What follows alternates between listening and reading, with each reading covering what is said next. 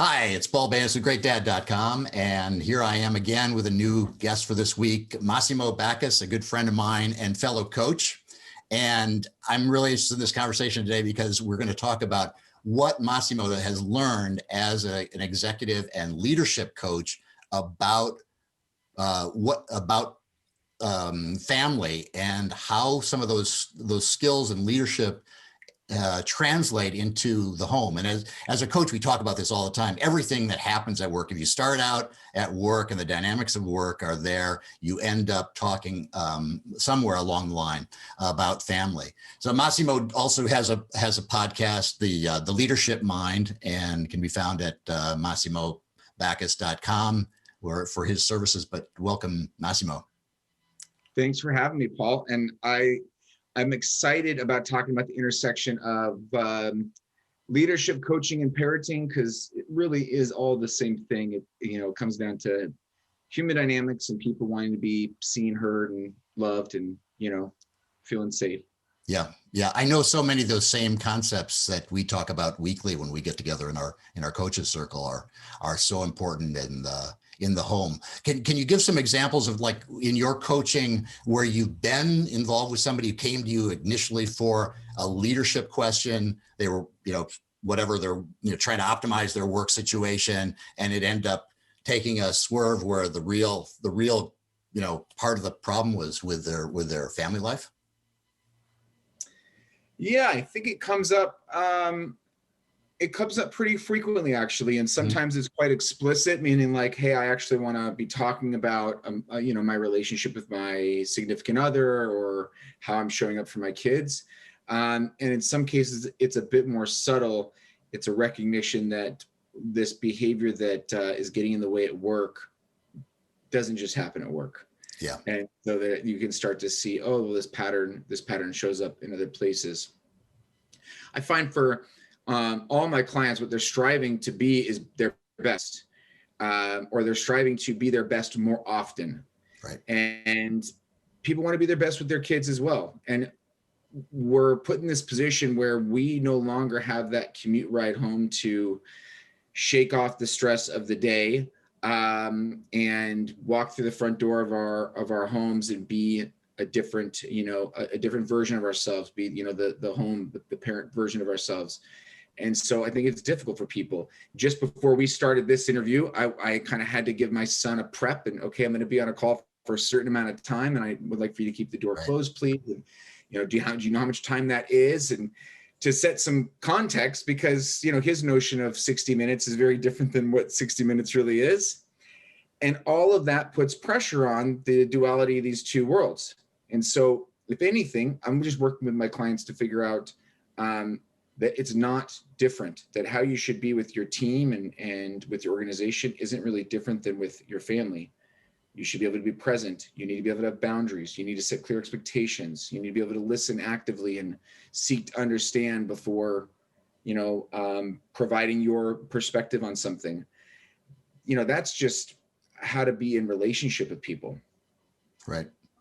You really bring up an interesting point. Your son is younger than mine. I got 17 and 21. Lucas, how old is he's? 7. He just turned 7. 7. Yeah. So you're right in the thick of, like, having to do that constant switching. My kids are here in the house, but they don't interrupt me, and they don't require a change in my presence periodically. And that's got to be a challenge when you've got younger kids, because if you are stressed out at work and your son comes in, you can't be the same, that's at that same stress level. And I'm sure you talk to people all the time where that is really, during pandemic times, that's like a huge thing. Yeah. I mean, it's an anomaly. I mean, if you think about this, there are people that pre-COVID would be presenting data, presentation, some deck that they've spent hours poring over to make sure that it's perfect for this executive audience. And now they're doing it at home, and just outside the door, they hear their kids screaming because they, dropped a cup of water or something. And as a parent, you're like, I want to rush to do that, but I'm trying to present my best self in this meeting.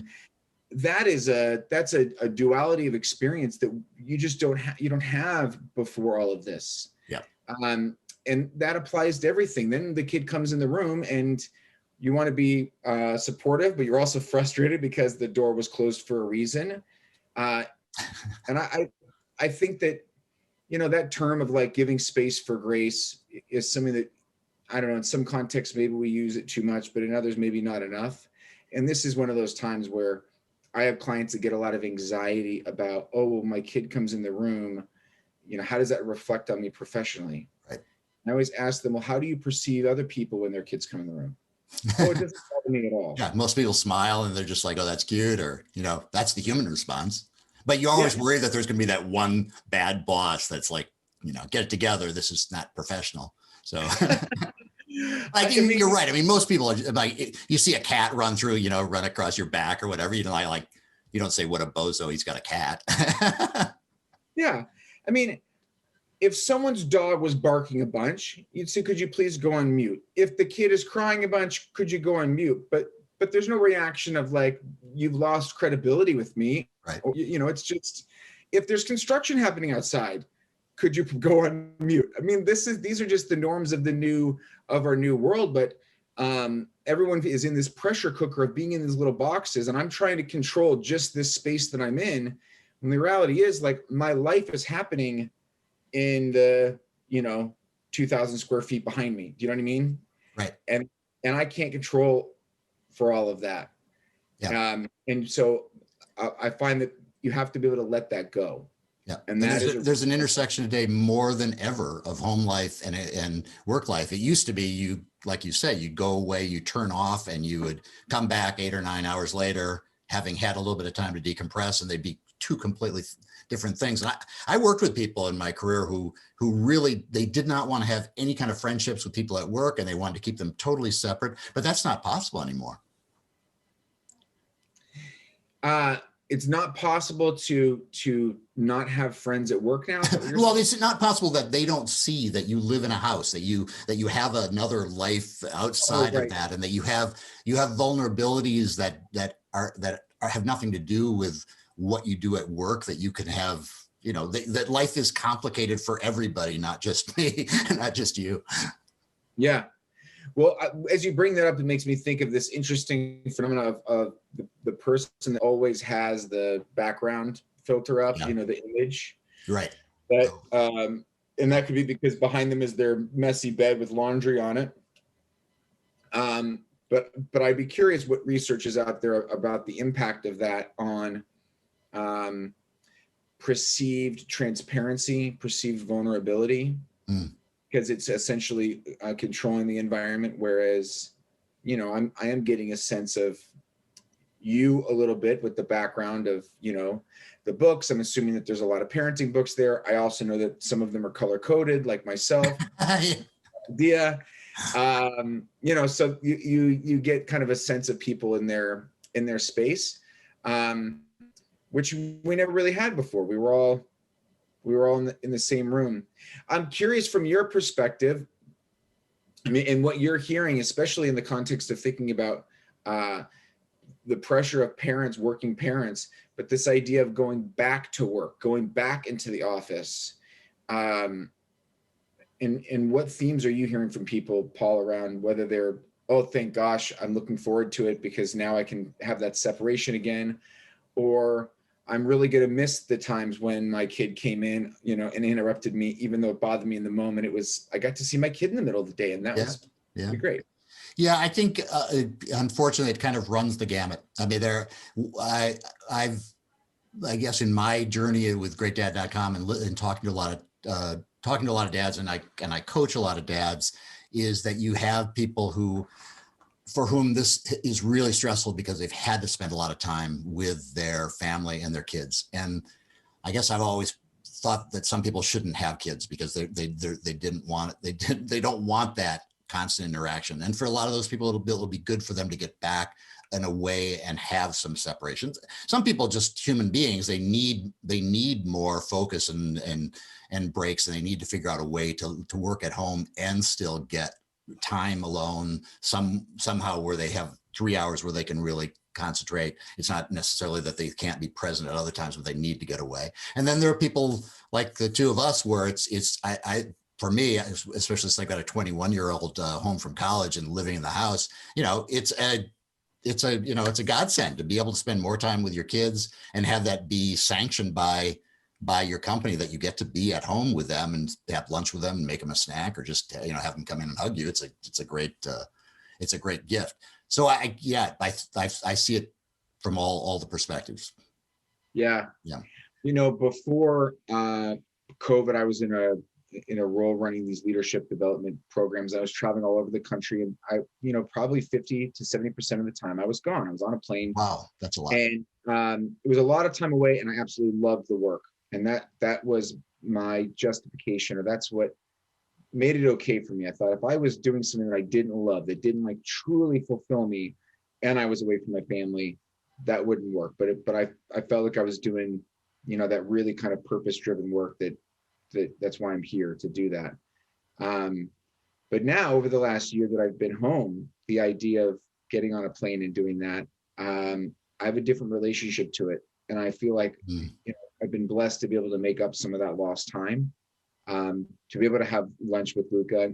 After this, he and I are going to go get some lunch together and go for a walk in the neighborhood. And that's just, it's a gift that I can't even describe. Any parent understands what I'm saying. But it's also never something that I thought was possible. It's like I never knew what I wanted until now I have it. And I'm like, This is really great. I need to make sure that I protect this when things pick up again and go back to whatever, the future looks like, to hold on to some of these things. Maybe for you, it's trying to convince your 21-year-old son to like stay at home. Well, you bring up a really important point in coaching is understanding that that value you have as a father. And maybe it took this kind of situation to realize that there were even choices to be made, but we all have choices to be made in our life. You don't need the second house or the trip to Europe or, bigger, whatever it is. Those of us lucky enough to be able to make those economic choices, we don't always pick the ones that are most consistent with our values. And I'm sure that's a big thing in your coaching, as it is with mine, is trying to help people understand that they do have real choices, that they aren't locked into these things, even though it might've been their dream to have a, Napa house or whatever. It doesn't mean that they have to have it versus spending time with their kids, if that's the trade-off there is. Does that come up a lot for you around the trade-off of I've worked hard and aspired to these things or experiences, and I have this responsibility of parenthood, which is unexpected? Yeah, it comes out a lot with fathers who have they're either responsible as a sole breadwinner, or they've bought into the larger house or whatever, the private school or whatever it is that creates an extra economic pressure on them. And, it's just now a train that's running, and there's a demand, and it's not even that they wish they could get off. They just don't even know that there are conscious choices in that. I mean, some of them aren't always, the way it is in coaching, they aren't always the thing that is either the most obvious or maybe the most immediately palatable. But you don't have to live in a city like San Francisco. You can live anywhere in the United States and do a lot of jobs in the digital economy. But if you choose one, you choose a different lifestyle, a different flexibility in your lifestyle. Yeah, I cannot.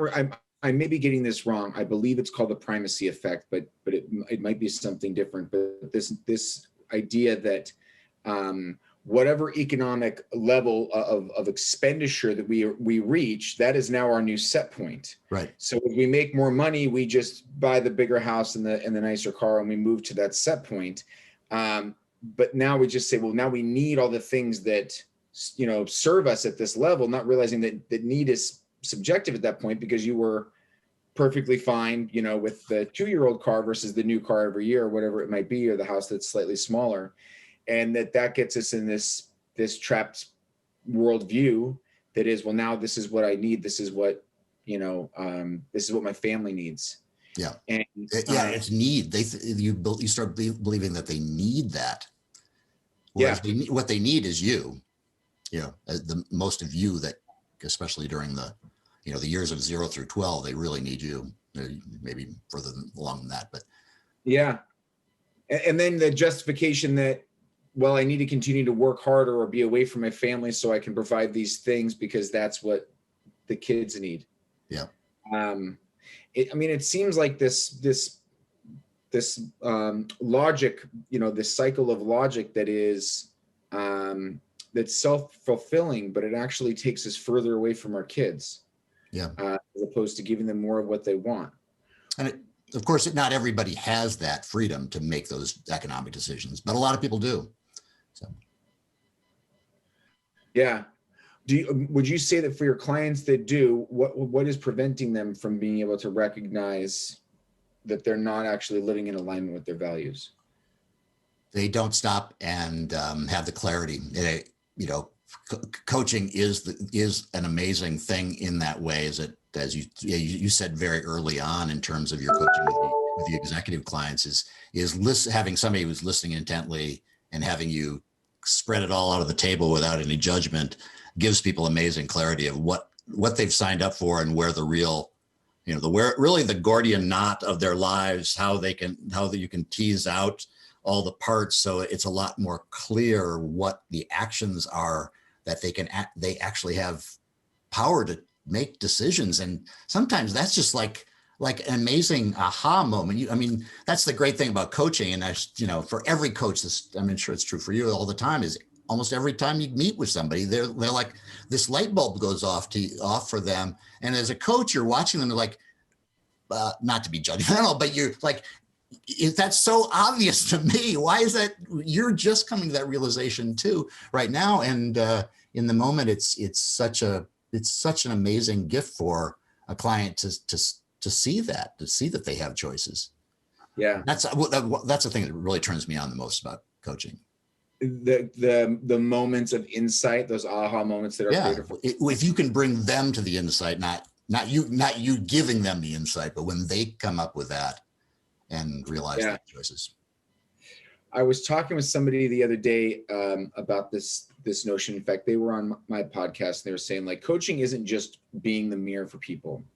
It's being the mirror and the stand of the mirror, right? Because it's not just reflecting back, but you may need to adjust as well so they can see what's really going on. I like that metaphor. And there is the veneer of identity. There's a veneer of failure. There's a veneer of fear.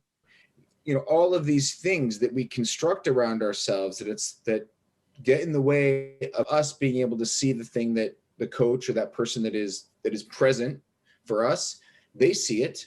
They recognize, what's on the other side of that, but we ourselves are so trapped in it. And I'm with you. I think one of the greatest gifts, honors, and privileges of being a coach is to be able to be witness to people seeing that or recognizing, oh my gosh, I've been holding up this veneer. I've been holding up something that is getting in my way of what else is possible.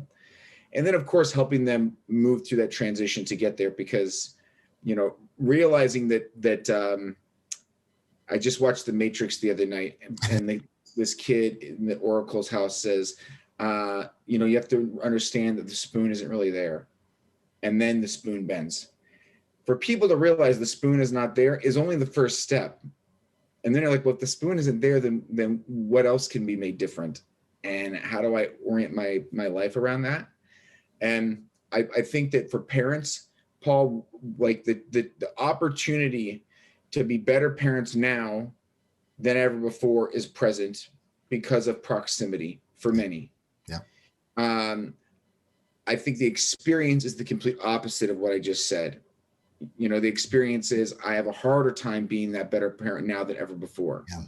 Right. And it's like this paradox that we should be able to be more present and more available and build strong relationships with our kids, because for my example, I'm not getting on an airplane all the time. But we allow these other pressures to get in just the same as the airport and the airplane did. Now it's email and meetings late at night, Right. That, I think that word presence and being present is so overused, but it really is the magic elixir in relationships, is trying to figure out, whether it's through meditation, this new program, positive intelligence, whatever it is is trying to center yourself and actually being there in the moment. And it's not easy. It's not even easy if you're aware of the magic of it and the tools to get there. But it makes such a difference in your relationship, especially with kids who, they're out of control. They just want your love and attention. And if you're stressed out and can't turn that dial and really focus in on them, they're missing out on something and you're missing out on something as well. Yeah. You just mentioned positive intelligence. What's the one takeaway or aha moment that you've had as a participant of that program and now a coach and a leader of it as it pertains to your role as parent? Well, I was lucky enough that my wife took it at the same time as my daughter.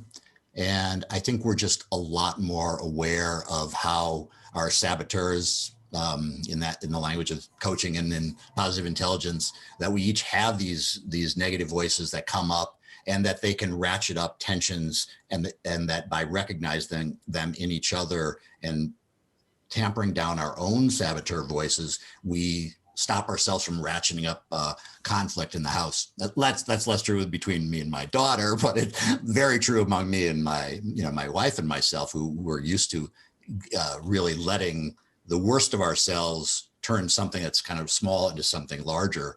And I just can't tell you how that has changed in the last 3 months in our house. It's nothing short of miraculous.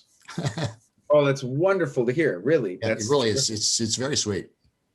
Is it you managing your own saboteurs, or are you calling it out for each other and saying, no, that's what they say. Don't do that. Don't call out, hey, there's your, there you're being like that again. No, it's more not letting your own saboteur ratchet up their saboteur. And back to that whole thing about being in the moment, triggering something in your brain to say, stop, because you learn the tools to stop your mind chatter, refocus, and be present, and realizing the damage you're doing both to yourself and to the person you're in the relationship with. So, people use a lot of ways to get to being present, but it's a good one. What I hear you saying is the power in positive intelligence is when your family nucleus all has the same language. One person, but everybody should take it. Well, that's true. But even you yourself can do it and have more positive relationships at the workplace or in the family, even if nobody else does. Yeah. Well, I would love to continue on. I know you've got another thing to go to, but I could talk all day about coaching and fatherhood with you. And we're very lucky that we get to spend an hour together every week with another group of coaches who all have a similar feeling about the values of empathy and vulnerability and being present, and all these great concepts that we've been lucky to have learned in the last couple of years. So, pleasure's being with you, Massimo. You're at MassimoBackus.com, and the new podcast, which you can find on Spotify and Apple and all the rest, is The Leadership Mind. And I know you've already got 5 or 6 there, and you've got some great guests coming up. And more to come. Paul, thank you so much. This has been a real treat. Okay, we'll see you next Monday, and to everybody out there from Great Dad Talks. I'm Paul Baines. See you next time.